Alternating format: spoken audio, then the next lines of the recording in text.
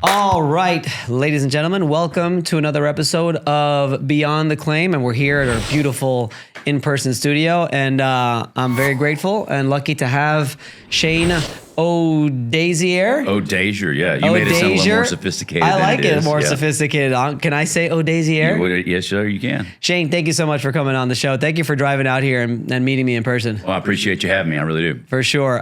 So, Shane, you are the owner of Restoration Profits. Yep.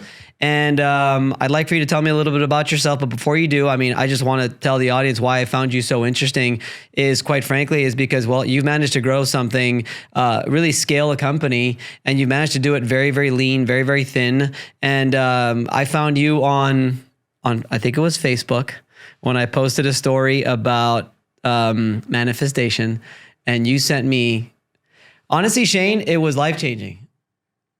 Well, I mean, it kind of changed my life too. So it was Bob Proctor, Born Rich. You were born rich.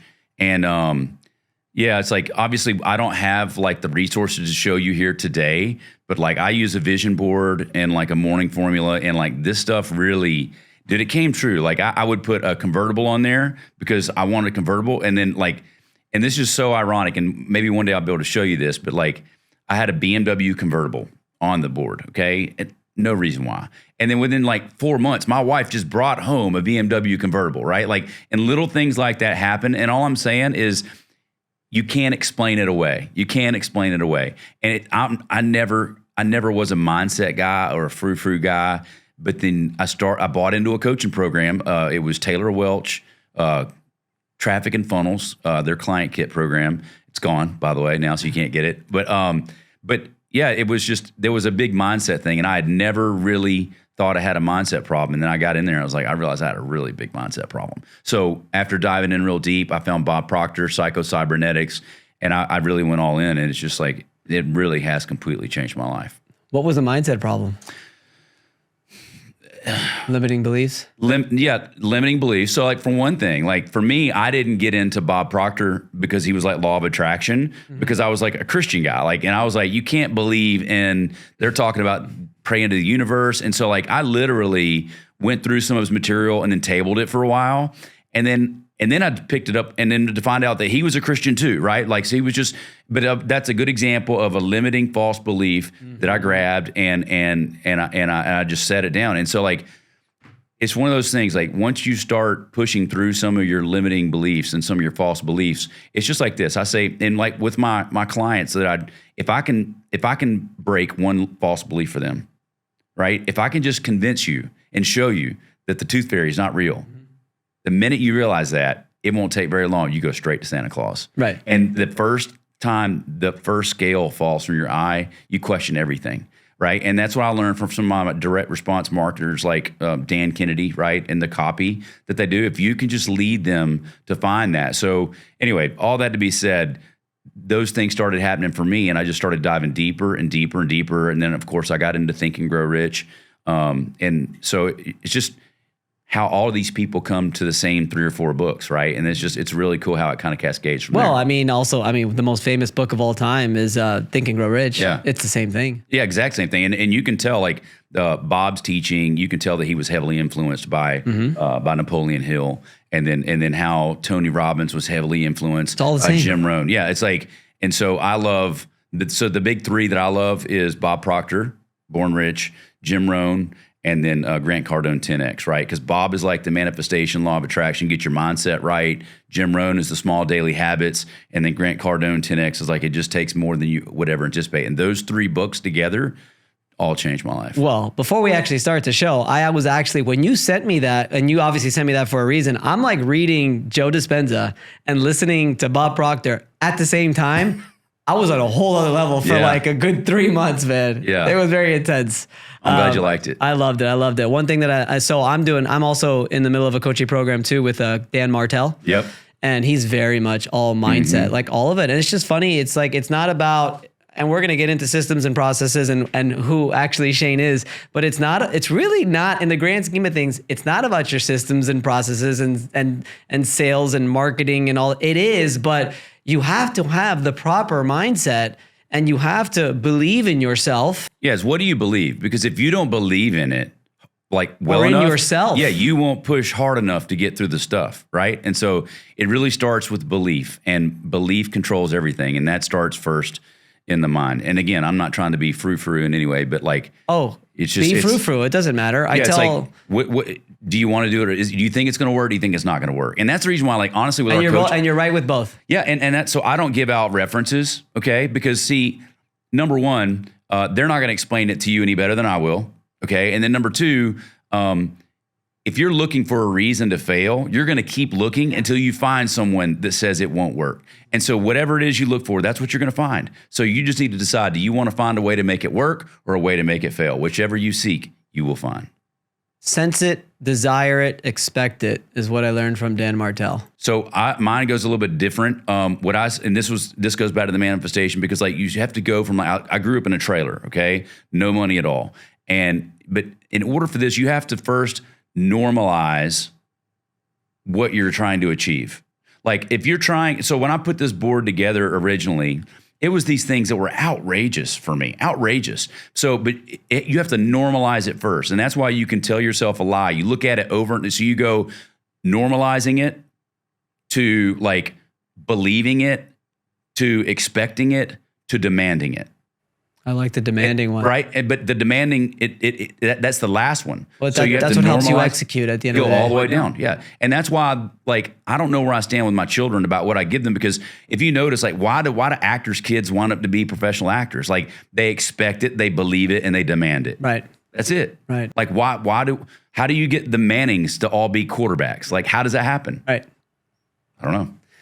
Shane, welcome to the show, man. Yeah, man. That's a hell of a start to a show. Shane, could you please tell the audience a little bit more about yourself? Yeah, so my name is Shane O'Dazier. I've had a wild life, I guess. I live down here in Florida now, and I've reinvented myself a few times, I guess. I grew up in a trailer in Alabama, and then first one in my family to go to college. Wasn't really going to go to college. Almost got killed in a car wreck in high school.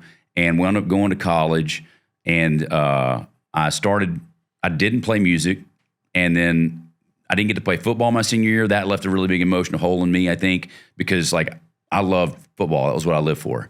And then I got Alabama, injured. makes sense. Yeah. That's what else. There's nothing else to do there. Right. And so, but the difference, I'm a black sheep because I'm an Auburn guy, not Alabama, right? So, but anyway, so I wound up moving and going to Auburn, and I wound up getting a guitar, picked it up at age 20, and then wrote my first song at 23. And by age 24, I had moved to Nashville to be a country singer.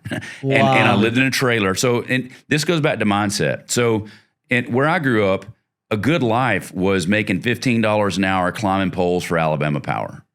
That was a good life. That was what you shoot for.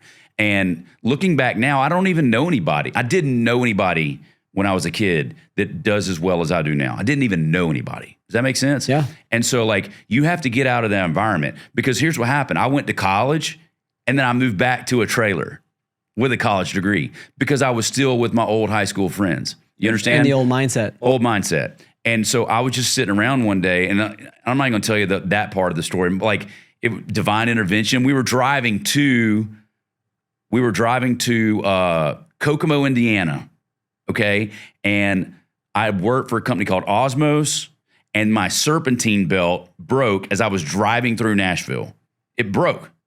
We pulled off the interstate because once your serpentine broke, you got like just a couple of minutes for your dead. We coasted to a stop on I-40 in downtown Nashville. And so we were stuck there for like 4 or 5 hours. I literally grabbed a newspaper. This is back in 2000, okay? I grabbed a newspaper, and it was like looking for country stars talent. So I kept it with me. And then like 6 months later, I was just like, I wasn't happy living in the trailer in Alabama. I picked it up. I called the guys. I was like, I want to be a singer. And anyway, so long story short, I went up to Nashville to go see two of the guys. And one of the guys said, hey, you're pretty good. The other guy said, you'll be a star. I'm like, all right, well, I don't know what to do here. So I wound up, eventually I quit my job, and I moved to Nashville to be a country singer. And that was really what started that piece. Fast forward through that, I wound up getting a record deal and got signed, I think about 06. Oh, you never sang before? So I was like, I sang. I didn't play any music. I'd never took a guitar lesson, never took a vocal lesson. I did some childhood acting like in church. And then I played like in a few plays, I would be like the lead actor, but nothing trained. Right.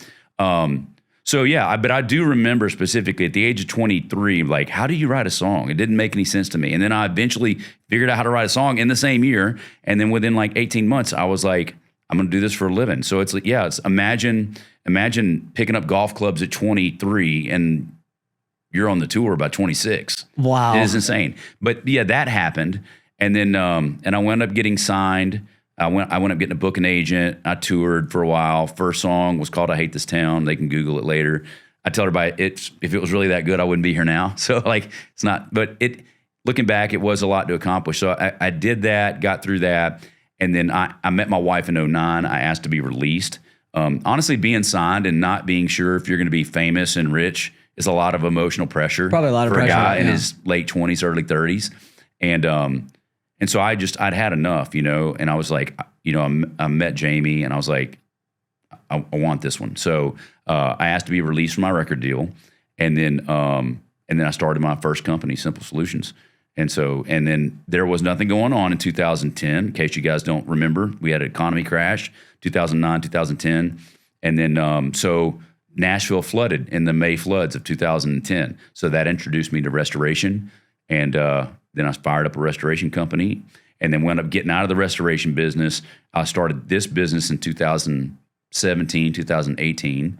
And so now we've left restoration altogether, do this full time now, and here I am. Were you just doing the mitigation, or were you doing the mitigation and the restoration? We started as a recon guy. So like I was a GC first, and so yeah. But so we started doing mitigation because we wanted more recon, right? And it's much easier though. Yeah, it was way easier. But I didn't understand it, and I was scared. Limiting belief. Bam. I was scared that I'm going to have to now compete with the people that are because I would get my recon jobs from other restoration guys. And then so that kept me on the sidelines for a few years. And then eventually I was like, screw it. I want it regardless. I'm going to compete with them. And funny, looking back, those guys that gave me the recon work, they sucked at water damage anyway, right? Like they got program stuff. And I wound up getting them jobs from plumbers. They didn't get them from plumbers. It was never even a competing interest because where they got them was nowhere near where we got them. But another good example of how your mindset will hold you back if you're not careful. So you said you ran your own company? It was your own mitigation company? Where were you guys located? In Nashville. And so we put some things together. We grew really, really quickly. Like, we did GC work. So there was a few years where we kind of changed the business mix. But well, you had to because you got into it right after the flood in Nashville, or you said happened while you had the business? Nashville floods happened in May, and I was doing like a handyman thing because there wasn't anything going on. Got it. And so I was just doing reconstruction jobs at that point, recon jobs, because the economy was still real soft. Mm-hmm. And like, dude, I was so bad at sales looking back. I just had no idea. I was door knocking houses, not even in rich neighborhoods. So I was trying to get jobs during the day, knocking on $400,000 houses, which is fine. Not knocking you if you live in a $400,000 house, but y'all ain't retired, like they're both at work. You know what I'm saying? Right. And so then I finally figured out, okay, I need to go work for the rich people. So that's when I put that back together. And I'd already built houses for a lot of rich people. Because when I first moved to Nashville, I took a job as a general contractor or a home builder. And but anyway, so I had a lot of construction experience, and so yeah, it's always been in construction for whatever that's worth. And like most guys in restoration, I wound up there. I didn't start there. So in 2018, you transitioned into coaching and software development. Did you just completely sell? Did you sell the company, get out? No. So we had it and we still ran it. So when I started Simple Solutions, we were already doing over 7 figures in construction and recon. Okay. But this was a new vertical. And so I let my guys run that and do that. And then I just came over to the mitigation side, started as myself, and didn't detract any resources from there. And then I would say probably in about 12 to 16 months, I went from like being the only guy on that side to having 15 people on staff, jobs coming in. I didn't go to the office. I mean, it grew wildly quickly. And from that, having like $300,000 or $400,000 of cash in the bank, and I had no idea what I was doing. I was mixing MIT and recon. I didn't know how much money. I was just spending it like a drunk sailor.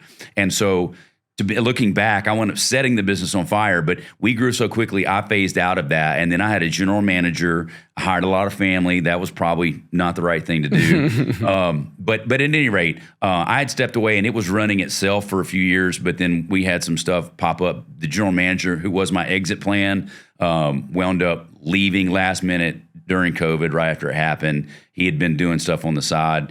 And I had already started paying my bills with the coaching business. And it was one of those things, like, to be honest, we had some marital stuff too, like with me and my wife, to where she was working in the business. We were married well together. We don't work well together. So we figured that out. So I was just like, you know what, you and Dan, you guys do that. I'm going to do this.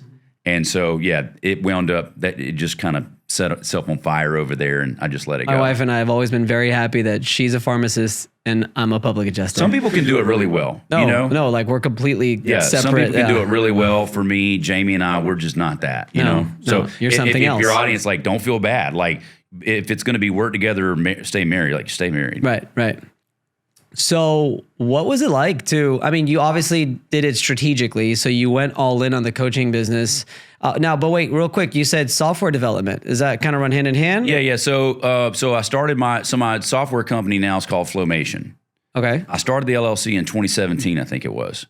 And because my company was growing so quickly back then, and I was hiring all these people, and there was zero processes and procedures. So I started the software company Flowmation, and we were automating a lot of what we were doing in business, and that's still doing it now.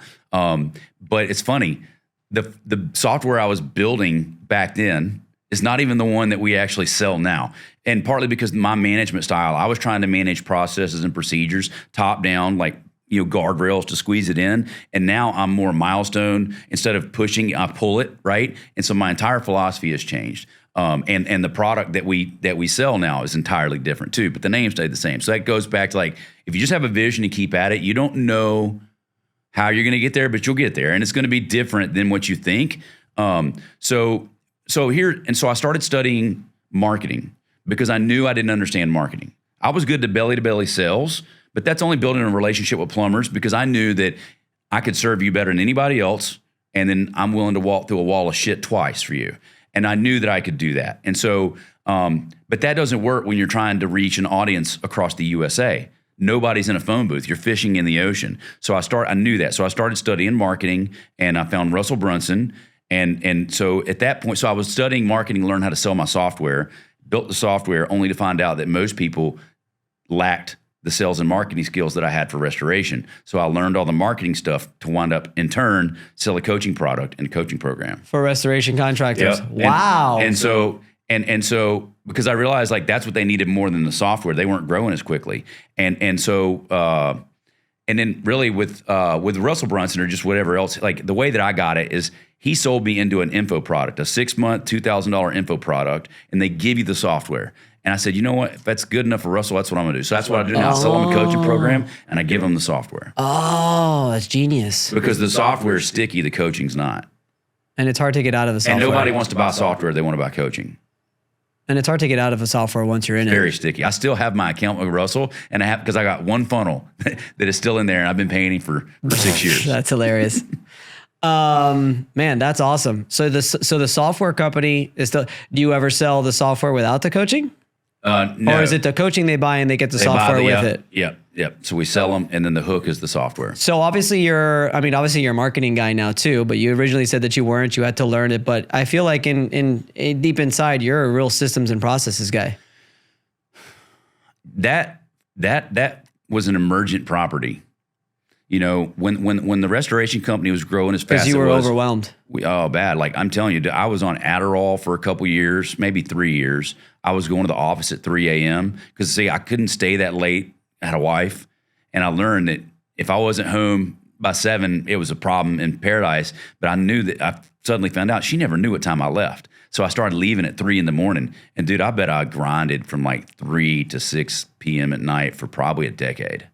But that's where I learned all these skills. So now, like, getting this Restoration Profits business, this is so much harder than a restoration business, because you got sales and marketing, and there's no paper, remote employees, remote team. This business has been a lot harder, but it takes different skills, I think. Yeah, but I'm assuming that you're applying a lot of the same principles and a lot of the same tactics. You stack the skills. So what you learned back then, you use it again now. So a lot of the things that I built to run my restoration business with some of the software, with Zapier, with AirTable, I still use today. So, and a lot of the solutions that I found that we built to solve it, they're like algebraic equations, okay? The formula is the formula, but the variables are just the numbers. And so once you learn these formulas, right, of the Pythagorean theorem, a squared, b squared equals c squared, these same things apply in the next business. And that's why you hear people like Alex Hormozy talk about skill stacking, or Frank Kern, is because what you learn there, you stack it. And that's why I think you get much, much better as you go,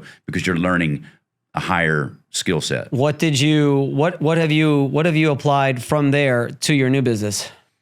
Well, the marketing is a direct translation, number one. I tell you what's funny is if you go watch my YouTube channel or stuff, you can probably see like the studio. It has this kind of vibe in my house. So you can see, and if you come to my event, like you can see a lot of music comes with it, right? Because I'd spent, a decade being an entertainer. So like you can see little themes. Your specific question though, serving people, servant marketing, that's something that's a coin or a term that I've coined. Stop selling, start serving.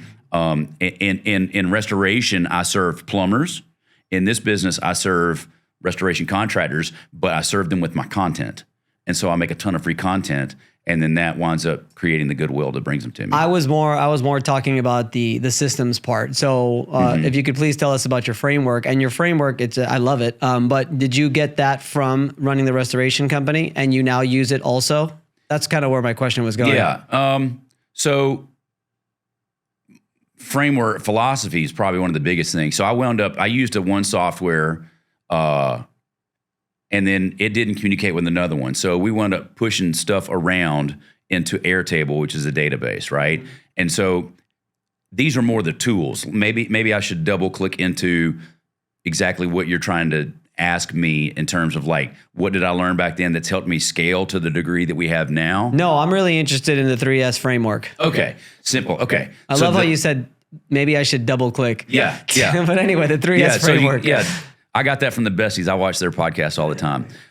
So the 3S, the way that I think about growing business is phase 1, critical mass, profits greater than expenses. Phase 2, master a single channel of acquisition. Phase 3 is where you want to scale it. I use a 3S system for that. And I would like to interrupt you real quick that you may or may not mention is that you run this multi-million-dollar company now. This is a coaching program that also comes with the software. You run it because your systems are so tight, because you have this software, because you created this, you run it all with one employee.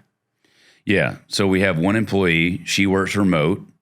And it's also my stepdaughter that I hired in the business the first time. It didn't work last time, but I brought her back because she's like, I knew that if I couldn't make her work, it was a me problem, not her, because she's smarter than I am. So we've got one employee. She works remote, and but we also use a lot of, like I touched on them earlier, Zapier and automation.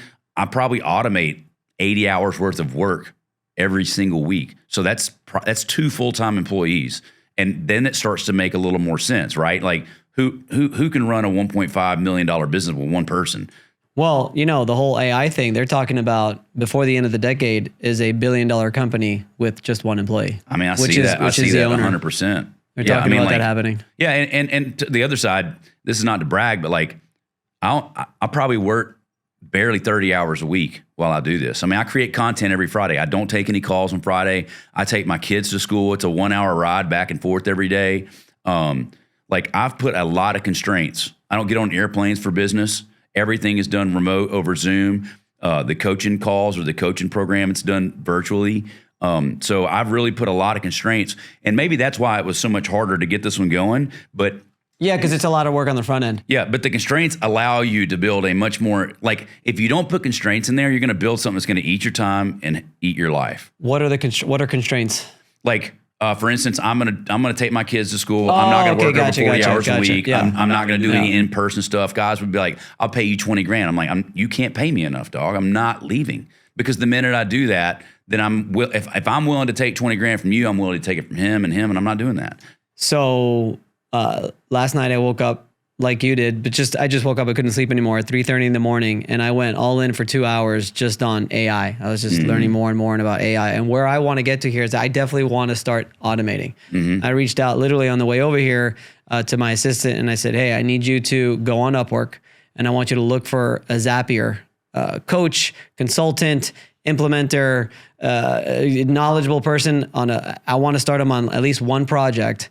And I don't have really much AI automations yet, but I'm definitely trying. That's like my next step. I want to figure out to at least connect ChatGPT to my Google Calendar and Gmail and stuff like that. That's one area that I probably am a bona fide expert in. Okay, for sure. let's talk about that because I want to know more. Zapier fascinates me. Yeah. So basically, you can do something in QuickBooks and you can make it speak to AirTable or Google Sheets or whatever else, and you create workflows. And when my company was growing, I was using a traditional software for restoration, but none of them had open APIs. They would not talk to other softwares. And so I set out my mission when I was building my solution that I was only going to use software that integrated and had an open API platform. So I was forced, constraints, to only not choose from everything, but only the stuff that fit my constraints. And so that's what I did. And so because of that, now I've understood AirTable, which is a database, much better. And I'll be able to, because we're both in the content game, I can give you like my content database and a lot of the things will be applicable for you. But the whole idea is like when something happens in this software, you write a recipe and you push it over there. And so that's where we automate probably about 80 hours worth a week of just manual tasks that are now done with robots. I might have to hire you. Yeah, I mean, they're frameworks. They're really not. And so if you look, so Flowmation was workflow automation. Like that was kind of the idea. Gotcha. And so whether it was going to be the software itself do it or automation agency, I've always toyed with a lot of that. What's one of the biggest challenges in systemizing a business and automating one? You know, most people try to do it out of order or too soon or whatever, you know, like, there was no YouTube resources when I was doing this. This was like the Adderall and 3 a.m. and just trying it on my own. You know, like I didn't understand it. And there's really no substitute from spending time under the bar. Like just being the cook in the kitchen, man. And now there's a lot more YouTube resources out there that I could point you to that you would get it much more quickly. But back then, like it was just me and there was nobody to help me. This was 2015. Zapier was, I don't even know if they'd been out very long. Probably not. You know, and so just really starting with a project, know what you want to automate first. Rather, what most people do is they try to figure out what can be automated. And that's an endless question in the universe. Rather start with what you want to automate and then figure out how to make that happen. Start with a single project, not possibilities. Does that make sense? Yeah. And then you know what winning looks like because you know what the outcome needs to be. Rather than most people just try to, well, what can it do? Well, what can it do? And that's not a PhD thesis. A PhD thesis is where, I think anyway, because I wasn't a PhD, but they give you a project and you execute it. That's how you learn. You learn by doing. So what does a systemized automated mitigation company look like?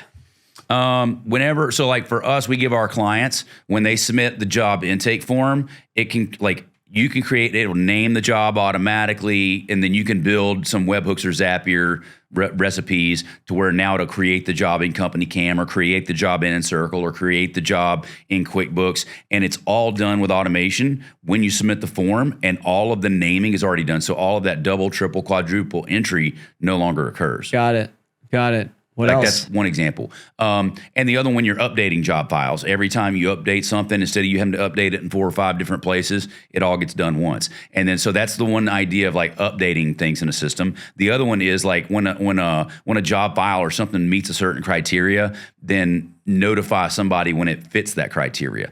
That the art there is, I think most people, they try to make it too complex. It's really hard to make a simple system. That's why the 3 S's, it's simplify, systemize, and scale. Simplify first, right? And like Elon Musk talks a lot about like stripping stuff down. And it's always over-engineered. People will overcomplicate it first. So if you're going to hire somebody, you need to simplify what you're going to teach them first, because they're going to be 50% of what you are anyway. And then you're going to train them up to get them to 70. So if they're going to be more successful, or if you want them to be successful, you have to remove the genius from what they're doing. You got to simplify what you're doing. Does that make sense? Yeah. But don't do that until you get to a certain level of revenue. Does that make sense? So like for us in restoration, it's around $1 million. Once you're on pace for $1 million, 80 to 90,000 a month, you don't want to go to $200,000, $300,000 a month, because now you're going to be building a system. You're going to be building a bridge that only you, Hercules, can hold up. Does that make sense? And you're trying to rebuild it. And you got a 2-lane bridge that needed to be 6 lanes, and you got 6 lanes of traffic on a 1-lane bridge. So it's better, I say that, to do that. The 3 S's, do that once you're around the $80,000 a month mark. Wouldn't it be better to do that before all that happens and after it gets all crazy and you're just overwhelmed with work? You need to master a single channel of acquisition first. You got to master getting jobs consistently, because you're already going to have the problem of scaling. But if you don't master getting jobs first, then you die trying to systemize something. And so you must master getting jobs first. So sales first. Sales and marketing first. No matter what. No matter in every business. So besides hiring you, what do you suggest is the first step a company, any company should take? We could go contract their company, but eventually every company reaches a point where they got to start automating. I would probably find people that you resonate with on YouTube.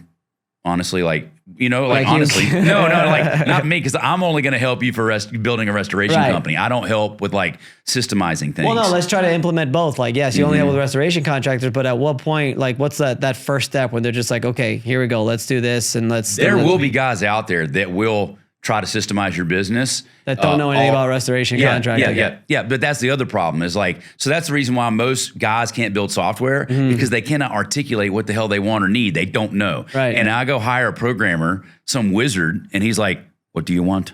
Yeah. What do you want from me? And you can't. You're staring at him like this, and you can't communicate in English because you don't know. Right. That's why the average multi-million-dollar restoration guy can't go build his own platform, because he doesn't know what the hell he wants. Right. And he doesn't know what he needs. So that's, I'm assuming, where your coaching comes in. Well, I was just stating like why it's hard to build your own systems. Does that make sense? Yeah. Where I try to do is I would tell you to find someone in your niche, in your industry, that has already done what you want to do, and then mimic everything they already did, because they've probably already built all that. Does that make sense? Yeah. That's what I would do. Yeah. I've only done this because I didn't have me. There was not me.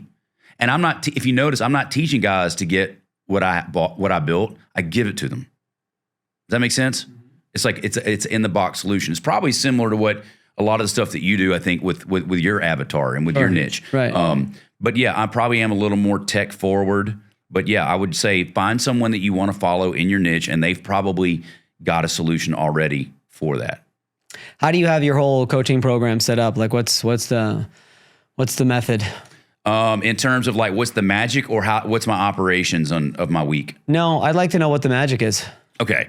Find out what plumbers want and give it to them. Got it. And it can't be about money alone. Is it all, you mentioned that's the target, is the plumbers. Well, so I like residential jobs. Residential policies are much more straightforward than these multifamily, multi-dwelling, multi-deductibles. He said, she said. So if it's true that single-family residence policies are the most simple, okay, then how do you get those? And so we like residential better than commercial, because you want to work with the owner, right? If it's a commercial job, they're the owner of what? The building or the business? If they're the owner of the building, good. If they're the owner of the business, that's a renter. Right. That's a cash job, right? And he can't even sign your contract unless it's cash. So I learned these things the hard way. But when it's an owner and it's a residential property and they own the home, that's a decision maker. That person can sign my contract, and I know it's straightforward. So who can I get in front of to do that? Plumbers, because residential plumbers are called out by the owner, and so that's why they become the best lead source. And I don't know for sure, because I'm not a PA, but I would imagine part of y'all's business might come from restoration guys where the stuff falls apart. I'm not sure, but like whatever, I teach the idea of referral trees. So if you want a job, and a job is an apple, the best way to get a bunch of apples is to get an apple tree. And so I teach the idea of a referral tree. And why I like plumbers better than insurance agents, and why I would like plumbers better than PAs, because PAs will travel. Why you should like restos better than that is restos don't travel as much as PAs do. And so plumbers don't travel. Plumbers, they work tight service radiuses. Right. And so if you want to work in a 30-mile service radius, bro, go to Google, see who's there. You must master them. You got to land them no matter what. And so that's why we like the plumbers. It just makes everything more simple. And then from there, we have a systematic framework of how to approach them, what to do, what to say. And it's just it's the stuff I did at my company. I know it works, and I've been teaching it for the past 5 or 6 years too. So, we get in front of them and we approach them, and we have a plumber script. We have a CRM built out. They build plumber profiles. And so, but the real magic is like, you got to ask them a series of questions that triangulate in nature, because you don't have much time with them. Because if you ask them 8 questions, 9 questions in a row, it starts to feel like an interrogation, because it's a freaking interrogation, right? And so like, you're only going to get so many questions out of them, and eventually your cover is going to get blown. And so we teach them what questions to ask.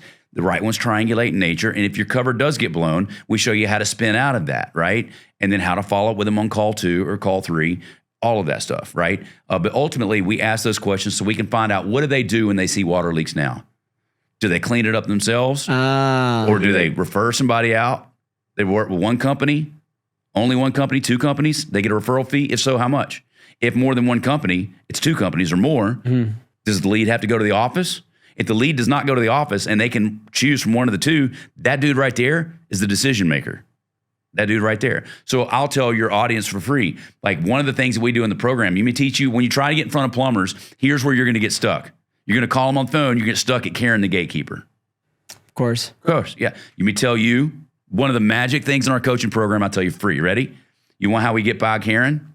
We order them out for service for a fake leak at our house.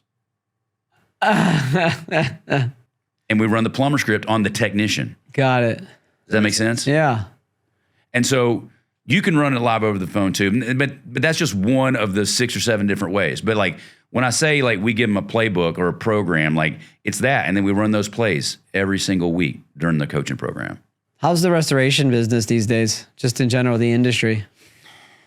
You know, I think it's better than ever for sure. Some of the unique things, it's just like, it goes back to the mindset, man. Some of these guys, the ones that believe in plumbers do well, the ones that don't believe in plumbers don't do as well. They've already got their mind made up, you know. They think plumbers are just going to try and take the most money or whatever they might think. And if you've got your mind made up, bro, you've already got your mind made up. Do you have a lot of restoration contractors that do insurance claims, or? Oh, they're all insurance. So are they all insurance for the most part, or are there a lot of just cash jobs? Or if you're doing cash jobs, you got a sales problem, because that job's wet. And here's why it's a sales problem. Number one, you're not comfortable enough to charge enough money. When you charge enough money, it's cheaper to file a claim. Right. When you are expensive enough, everybody wants to know, what's the cheapest thing for me to do right now to get out of this? And when you're super expensive, it's always more cost effective to file a claim. But what about having to deal with the insurance company and the insurance adjusters and them underpaying, denying, and all the things that they do? We've got ways to get around all of that, right? Okay. So we have I call it the claim control method. Okay. You're such a software guy. Yeah, well, everything's like a method and a system. I learned it in the coaching program that I went through. They taught us, figure out what your intellectual property is, name it. Too. It's all.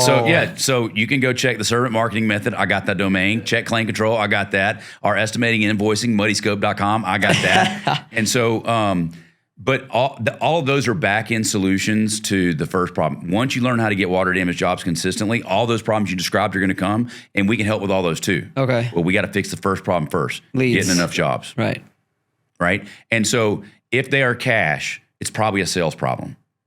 If more than 20% are cash, that's a sales problem.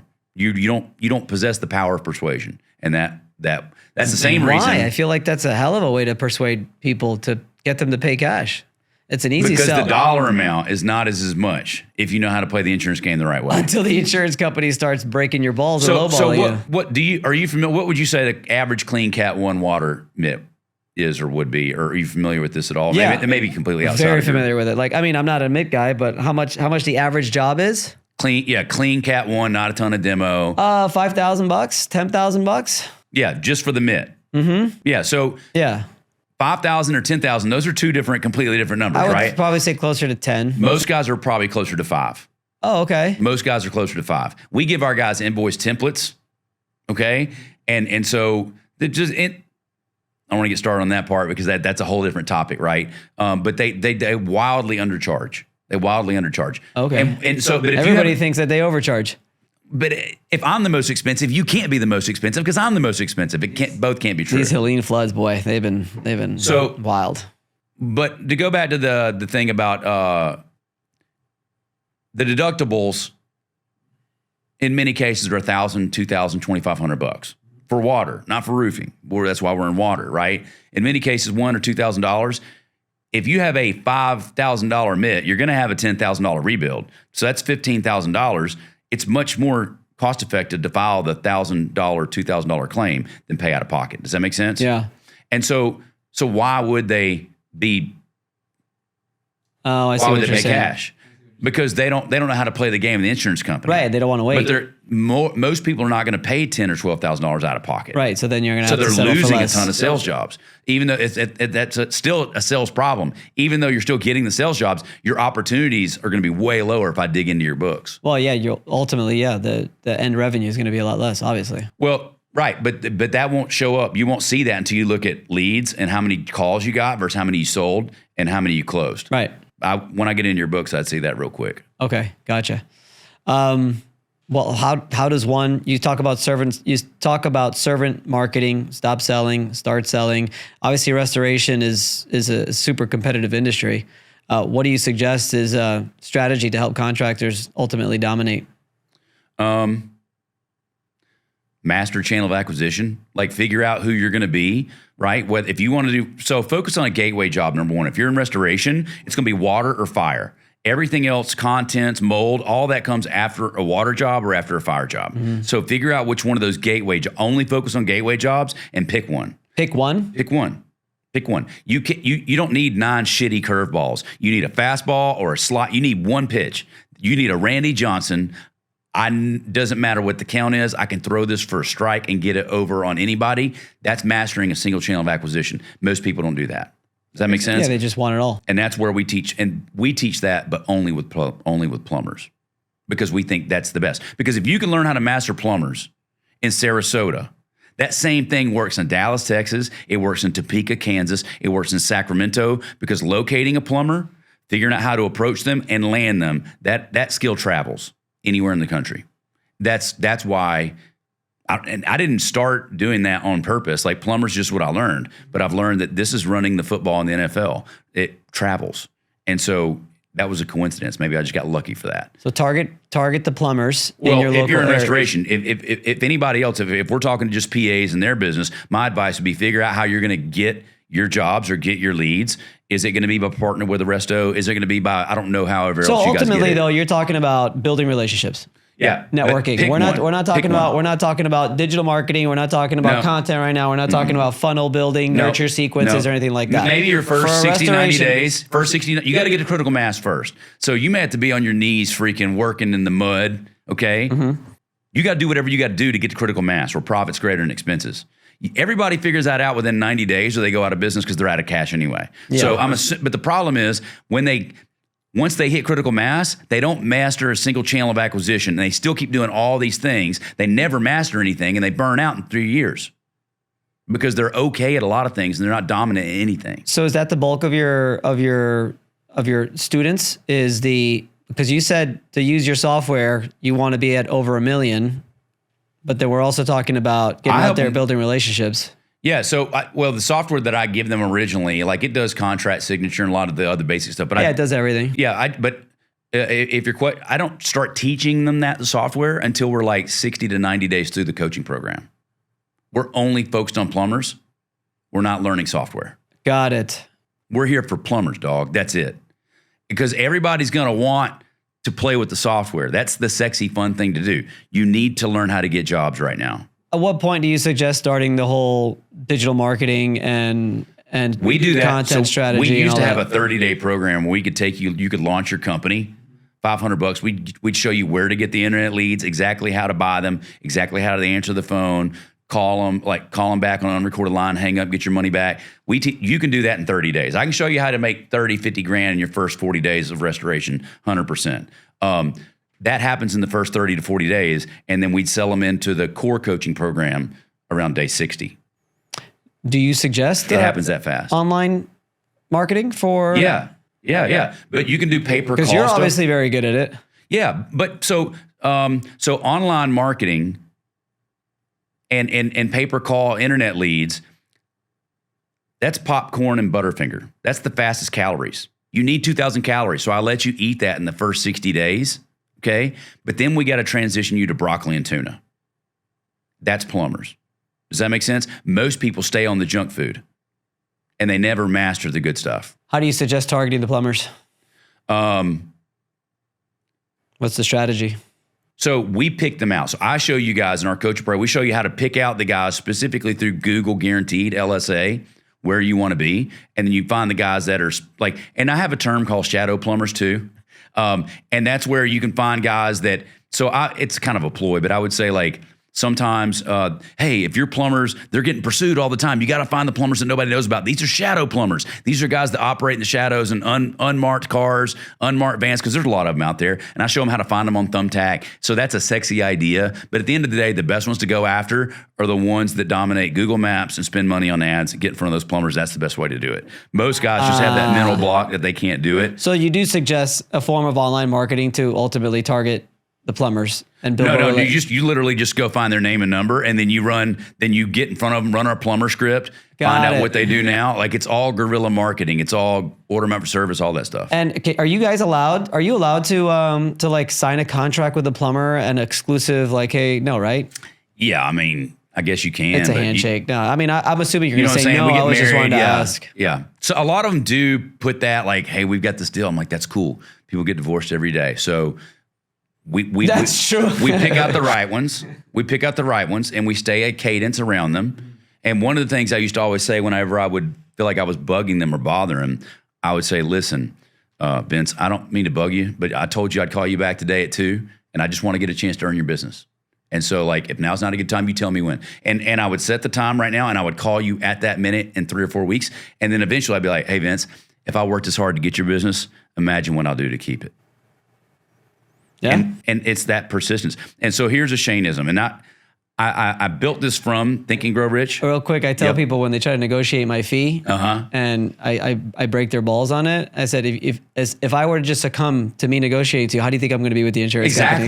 Exactly. That's what you have to do. So, but to go back to the one Shaneism, because I am an ADD fish, I'll forget. Shaneism, I like it. A Shaneism. There's a lot of them. This goes back to persistence is the one problem for which failure has no solution. It's one of my guys' word of the year for 2025. Actually, it was a few of the mastermind too. They all chose persistence. Yeah, but failure does not have a solution for persistence. Failure would get you in. Persistence is the one problem for which failure does not have a solution.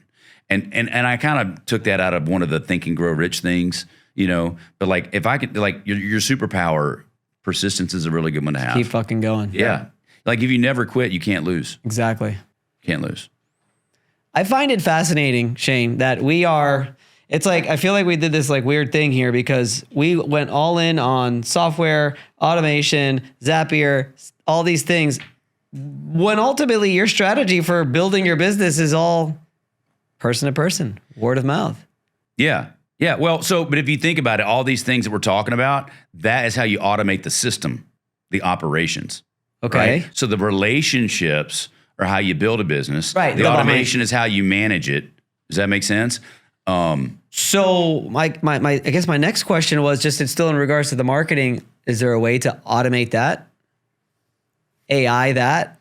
Yeah. Some of it's not as good. But do you believe in like chatbots and all that stuff? Right now, they're probably not as good, but maybe going on in the future. Yeah, they're definitely they're gonna have a spot. They're not where they're gonna be very soon, but like they're getting pretty close.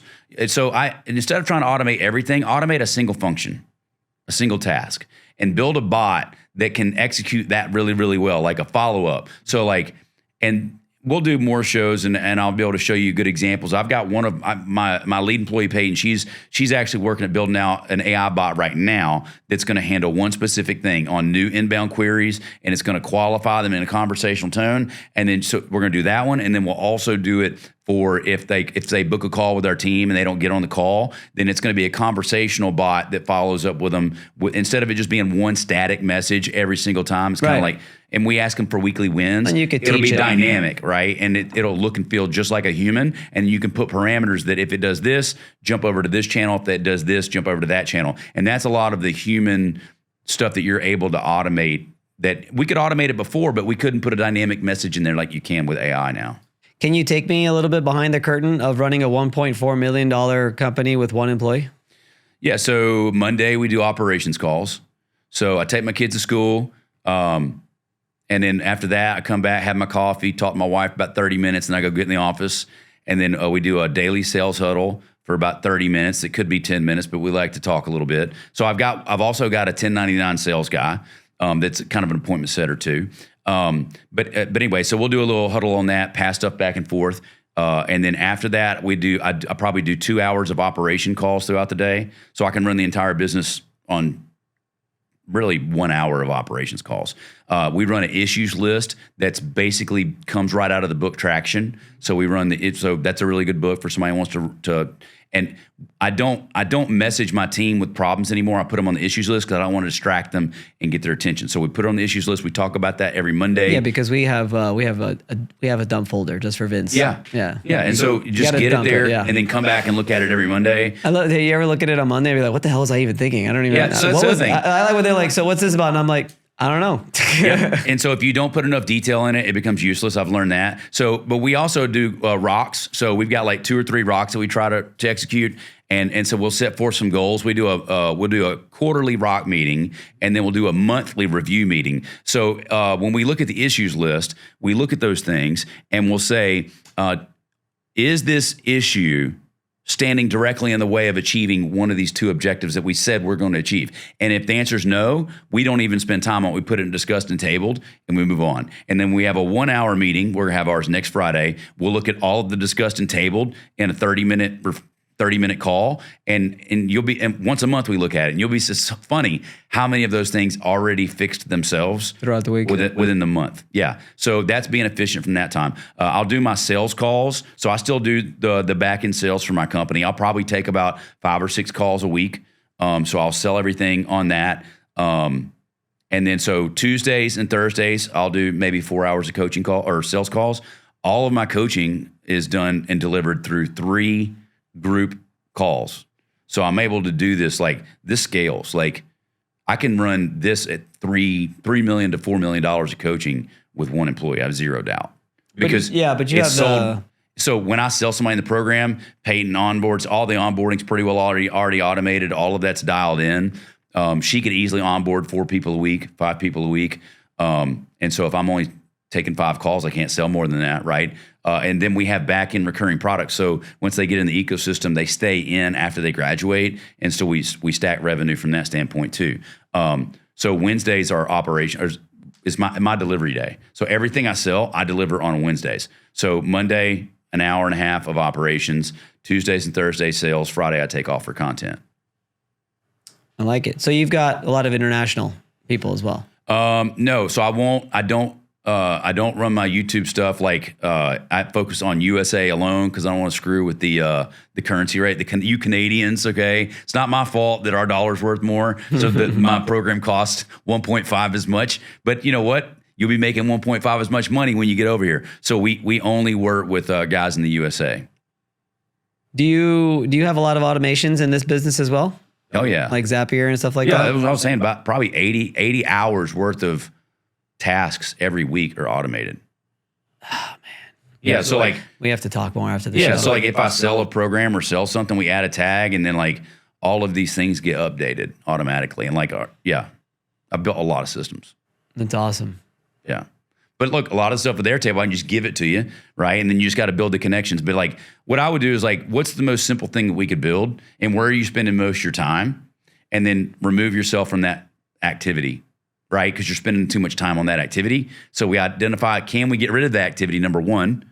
If we can, get rid of it. If we can't get rid of it, let's automate it. Got it. Does that make sense? Yeah. And we do the same thing in restoration. It's everything you learned. It's everything. You implement it there. Yeah, and so we teach a 1-3-6 method. Get a job a week, hire somebody, get 3 jobs a week, over $6,000 a job. 3 times 6 is $18,000 times 52, $936,000 per year per truck with water. One dude can do that easily. Wow. It's called the 1-3-6 method. I love it. Man, that's awesome. What do you feel like is the most rewarding part of your job now? It is, one of my clients, I did call with him just off the books just because like he's a good dude. I called him and I didn't have to do it. He said, thank you. And he just emailed me a $300 Fleming's gift card. Right. And so like being able to work with guys that are super cool and super appreciative, I just enjoy working with good humans like that. Number one. And then I like to see them have their transformations. Like it makes me feel really good. Well, I mean, tell me about that one client that ended up selling his business for buku bucks. Yeah. So some of the latest one, I don't have all the details yet. So, but yeah, Caleb, he just sold his business. I don't have the full details. I do know that he's 31 years old, had the business less than 5 years, and doing roughly $10 million a MIT per year. And I know he got 24 million cash at closing. Say that again. 24 million cash at closing. Right. And this guy never even paid me. What? Right. He would just message me, and I've been saying what to do for free on YouTube and Facebook for years. And he would just message me like, hey man, I watched your video. I did that. It's working. And that's the reason why like he would say like I would be the only coach that he would use. But like, that's a guy that, you know why he won? He's an implementer. He's an implementer. Be a doer. Don't be a studier, be a doer. That dude was a doer. He's a killer. It's all about execution and persistence. Persistence, yeah. Don't give up. Keep it simple. And what he told me is he was running his company even at $7 million a year from a Google Calendar and a Google Sheet. That was all the software he had. Interesting. I'm going up there. We're flying our alpha clients up there here next month. And I can't wait to so let's talk about that. And he's like, man, it's really not that impressive. I was like, I'll be the one to tell you what's impressive. Right. Super humble, super shy. And yeah, it's just, I'm super happy for those guys. That's awesome. Yeah. So where does this business go next? Dude, I don't know. I mean, I always get a little bit bored. I think I'm not going to get distracted and start another business. I have a better question. Yes. What does your vision board look like now? Okay. So right now I want to exit Flowmation by 2028 for roughly 30 million. And then Restoration Profits, probably sell it or keep it. I'm not real sure. And I've already got 2 suitors. I've already told both of them they're going to buy it. And one of them's a client, but he's busy building his empire right now. And I'll be able to hand him the keys to a multi-million-dollar coaching program that you can't get that anywhere else unless you're going to buy Dan Martell's company. Like my business will be running like Dan's, like the SaaS Academy. And so, but Dan's a really good example of I want this to get to that because he's probably a $10, $15 million coaching business on top of that, and he's already pulled out of it. But so my goal for those, get rid of those by 2028. What's after that, I'm not sure. I want to be able. It's probably going to be about media because I already make a lot of content and I've learned a lot. So it'll probably be something behind cameras, all I can say. Okay. And hopefully doing stuff like this, you know what I'm saying? Like I envision building my own studio and then doing stuff like this. But I've got to keep my head down and finish what I've started with Flowmation and Restoration Profits first. Gotcha. I've learned that lesson. Don't get sidetracked too early. Yeah, that's true. That's probably my biggest problem. Stay focused. Yeah. Mm-hmm. Well, I'm focused, but I'm focused on a lot of things. Mm-hmm. All right. So, I mean, just before we finish, what's a piece of advice that you'd give entrepreneurs or people in the restoration industry? Personal development is probably, if you don't spend much time and energy and money in personal development, you're only going to go so far. And I will tell you this, a race team you can buy the best tires, the best pit crew. The one thing that drives that race car is the driver, and that is you in the business. And and it's only going to go as far as your shallowest limitation. Right. So personal development. Or limitation that you tell yourself. Yeah, that's what I'm saying. And that'll be mindset most likely. So yeah, who are you surrounding yourself with? And you should be leveling up your friends every year or two. When did you realize that? How old were you when you realized the whole mindset thing? Around what? Well, I bought my first $34,000 coaching program when I was in my 30s, early 30s. So that was like a big one. And then when I bought into the other one, probably 5-6 years ago, because dude, I was charging $220 a month. And then I bought in that coaching program. They're like, yeah, you should charge $12,000. I'm like, 12,000. Yeah, so I stopped doing it monthly, started selling, because see, I knew the stuff worked, but I didn't know that people would pay. That's more mental mind trash. And I knew it got $50,000, $80,000 results because I already had the business. I didn't know that people would pay me for that. So I was like, all right, so I repackaged my offer per what my coach said, and I started pitching it the way he told me to do it without paid ads, just on cold DMs on Facebook. And my goal when I started my coaching business was to have my resto business and then do something else where I make about $60K a month on the side with no employees. That was my goal. The first 5 weeks, I sold $80,000 of coaching. Wow. And my mind blew. And I got on the call with my coach. I was like, all right, so we sold about 80K. I was like, cool. He's like, what's next? I was like, I don't know. He's like, well, how can I help you? I was like, I don't know. And he goes, why don't you go figure that out? Just send more DMs. Yeah. And so I'm still kind of there, like, but that was a mindset thing, you know what I'm saying? So get in coaching programs and then surround yourself with people that just don't watch the news too. Like turn off the news, turn off the TV, only watch sports. Sports is the best entertainment. Yeah, I was late to the game, man. I was late to the game. I mean, just always doing stuff. I didn't really hear too much about coaching and business coaching until probably like my mid to late 30s. How old are you now? 41. Yeah, see, I'm 48. So like, if you look at me at 41, like you're probably ahead of me at that point already. Yeah, it was like mid to late 30s. I started even hearing about it. And then to choose your first coaching program, it's such a tough decision. Like you don't know which ones. So you're in Dan Martell's now? Yeah. You like it? It's amazing. One of my big competitors in there though, so I can't really go get in there, which is fine. Why not? Well, I mean, I guess I can, but then like, it's very mindset. Yeah, no, that's true. But like, Christians and Muslims just go to different churches. You know what I'm saying? Okay. That's all I'm saying. But there's not really too much commingling. No. I mean, you got to be active and you got to talk in the chat and stuff like that. My coaching program is, by the way, exactly the same. I just copied his. Yeah. So I would say. And he tells you to do it. I'm looking for the next one, to be quite honest. It's awesome. Mm-hmm. Dan's awesome. I was going to do Sam Ovens a couple years ago before he shut it down. Yeah. Oh, you don't know Sam? Oh, he's so good. I did. He runs school. He's the one that partners with Alex Hormozi. Gotcha. I did strategic coach for 3 years. Yeah, I bet that was good. Did you like that? That was good, but it's not so much it's not my style. I'm very hands-on, and I like for the coaching program to be hands-on as well. And I also like in your face, get the fuck after it. Don't be a little bitch. You got this. Yep. Where Dan Sullivan's he's just very it's very slow. You only meet in person every quarter. And he's a Canadian.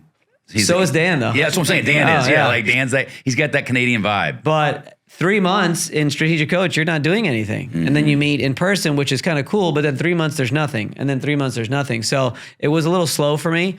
And then yeah. Well, I mean, I almost went bankrupt the beginning of 2024. So I had to get my shit together. Mm-hmm. That's a really good awakening moment. So do you think you took your eye off the ball? Is that what happened as you look back? It was a fear of success. Yeah. It was a fear of success. I just ended up hiring everybody and their mother to do everything because I thought that was the strategic coach way where you just, who, not how, hire. And I just went. Yeah, so I'm more caveman. You got to get in there and kill it yourself. I kill it. It's as if I was killing it myself, but I was also just hiring everybody to do everything. And it was just a fucking mess. And at the end of the day, no one cares. You're managing all of that stuff. That's all you're doing. Yeah. Right now I'm trying to automate a lot of stuff. And I'm not a good manager. I'm a hell of a leader, but I'm definitely not a good manager either. I mean, I'm too low attention to detail. I'm all over the place. Yeah.